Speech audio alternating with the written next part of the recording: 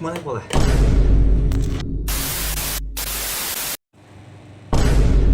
Ya hai halo semuanya, nama saya Kelvin Niko, sahabat dari kelas X2 absen 21, akan membahas tentang alat-alat laboratorium kimia. Tapi sebelum itu, nggak tahu juga. Oke guys, langsung kita ke video pembahasan alat-alatnya guys. Oke guys, yang pertama kita mulai dari alat pengukur volume atau presisi dan akurasi. Yang pertama kita mulai gelas ukur atau measuring cylinder, digunakan untuk mengukur volume cairan dengan tingkat presisi sedang. Tidak disarankan untuk pengukuran yang membutuhkan akurasi tinggi. Dan kemudian ada bullet, berupa tabung kaca sepanjang berskala dengan keras di ujung bawah. Sangat akurat dan digunakan khusus untuk proses titrasi, mengukur volume cairan yang dikeluarkan secara presisi. Kemudian ada labu ukur atau volumetric flask, memiliki leher panjang dengan garis batas penunjuk volume. Sangat presisi, digunakan untuk membuat atau mengencerkan larutan dengan konsentrasi yang pasti.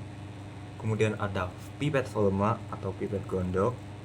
Bagian tengahnya membesar atau menggelembung, digunakan untuk mengambil cairan dengan volume yang sangat tepat sesuai angka yang tertera pada pipet. Yang terakhir di bagian alat pengukur volume atau presisi dan akurasi ini adalah pipet ukur. Pipet berskala yang digunakan untuk mengambil cairan dengan berbagai ukuran volume hingga batas kapasitasnya, namun kurang presisi dibandingkan pipet volume. Oke, kita mulai ke alat wadah dan pencampur. Yang pertama ada gelas kimia atau beaker glass. Wadah berbentuk silinder untuk menampung, mencampur, atau memanaskan cairan. Skala pada gelas kimia hanya perkiraan kasar, bukan untuk mengukur volume yang akurat. Kemudian ada labu Erlenmeyer. Seperti namanya, ini dibuat oleh seorang Erlenmeyer. Labu ini berbentuk kerucut dengan leher sempit. Desain ini memudahkan pengguncangan cairan tanpa takut tumpah, sehingga sangat ideal untuk pada saat proses titrasi. Kemudian ada tabung reaksi atau test tube. Tabung kaca kecil berbentuk U di bagian bawah, berfungsi sebagai wadah untuk mereaksikan zat kimia dalam skala kecil atau volume sedikit.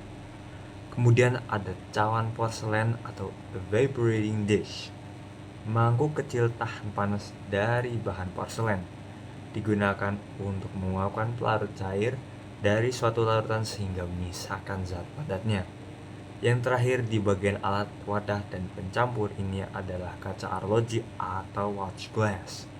Piringan kaca cekung kecil digunakan sebagai wadah saat menimbang bahan kimia membentuk serbuk atau padat, atau sebagai penutup gelas kimia saat pemanasan.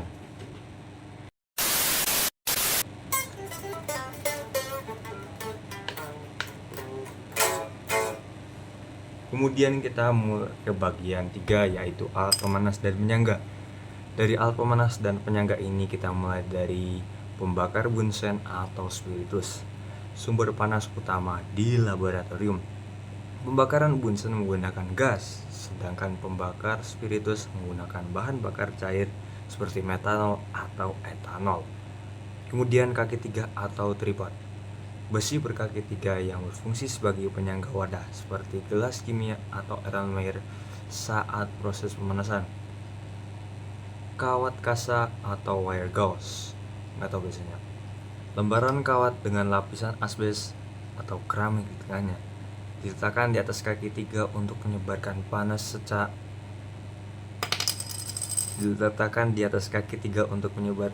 secara merata dan mencegah wadah kaca retak. Kemudian rak tabung reaksi, terbuat dari kayu atau plastik, berfungsi untuk meletakkan dan mengeringkan tabung reaksi agar tetap berdiri tegak. Kemudian yang terakhir di bagian ini adalah penjepit tabung reaksi. Tang kecil dari kayu atau besi untuk menjepit tabung reaksi saat dipanaskan di atas api agar tangan terhindar dari panas.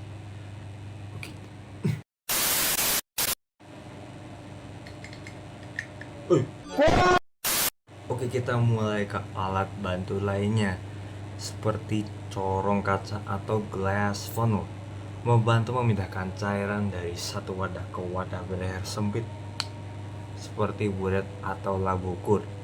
Sering dikombinasikan dengan kertas saring untuk proses penyaringan atau filtrasi.